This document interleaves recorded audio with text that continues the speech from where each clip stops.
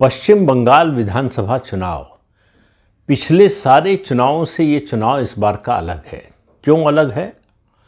दो तरह की खास बातें हैं। एक, भारतीय जनता पार्टी की चुनौती। भारतीय जनता पार्टी के लिए पूरब का ये सबसे मजबूत और आखिरी किला है जो फतह करना है उसको।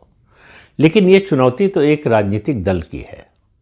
राजनीतिक दल की चुनौती देश की चुनौती से बड़ी कैसे हो सकती है?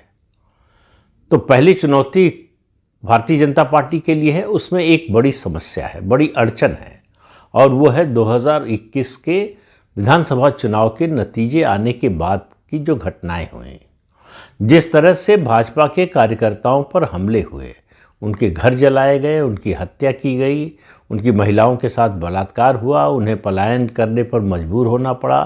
कई हजार कार्यकर्ता असम में उन्होंने जाकर शरण ली, कई महीने तक वहाँ रहे, और आज भी उनमें से कई ऐसे हैं जो लौटकर नहीं आए। सवाल यह है कि इस बार ऐसा क्या होगा जो उनको ये आश्वस्त करेगा कि नहीं, अगर भाजपा फिर से हार गई तो उनकी सुरक्षा की गारंटी वो देगी या वो सुरक्षित रहेंगे। अब ये ऐसा प्रश्न है जिसका उत्तर किसी के पास नहीं है। भारतीय जनता पार्टी आश्वस्त कर रही है कि हम अपने सभी कार्यकर्ताओं की सुरक्षा को सुनिश्चित करेंगे।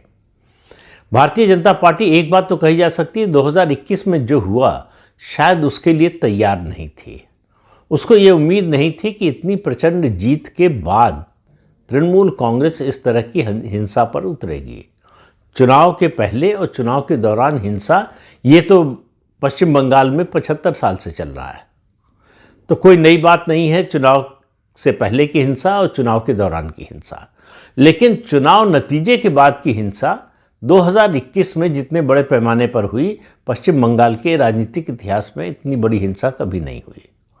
उस पर तमाम मामले दर्ज हुए। हाई कोर्ट के निर्देश पर ममता बनर्जी की सरकार सुप्रीम कोर्ट गई, सुप्रीम कोर्ट ने जांच रोकने से मना कर दिया, लेकिन अभी तक किसी को उसमें सज़ा नहीं मिली है। 5 साल होने जा रहे हैं। सीबीआई जांच कर रही है। उसके अलावा कई एजेंसियां अलग अलग मामलों की, चाहे इनकम टैक्स हो, चाहे इन्फोर्समेंट डायरेक्टरेट हो, वो भी जांच कर रहे हैं, लेकिन किसी को अभी तक कन्विक्शन तक कोई केस जो है नहीं ले जा पाए। इसलिए लोगों के मन में और ज़्यादा शंका होती है, केंद्र में सरकार होने के बावजूद आखिर भारतीय जनता पार्टी जो आरोपी हैं उनको सज़ा क्यों नहीं दिलवा पा रही है।